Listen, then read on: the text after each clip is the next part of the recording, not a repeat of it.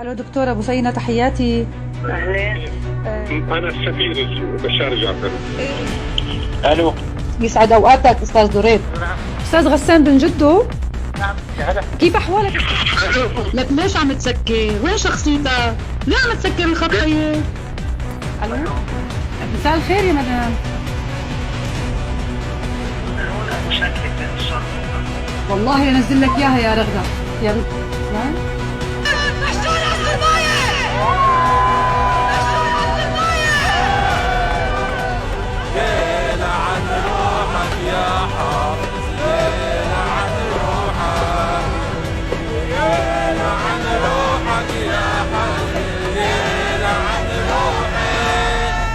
النظام السوري هذا ما بيسقط الا بالمثابره والاستمرار باسقاطك يا بشار لكل حرب. شرف كبير هذا، شرف كبير.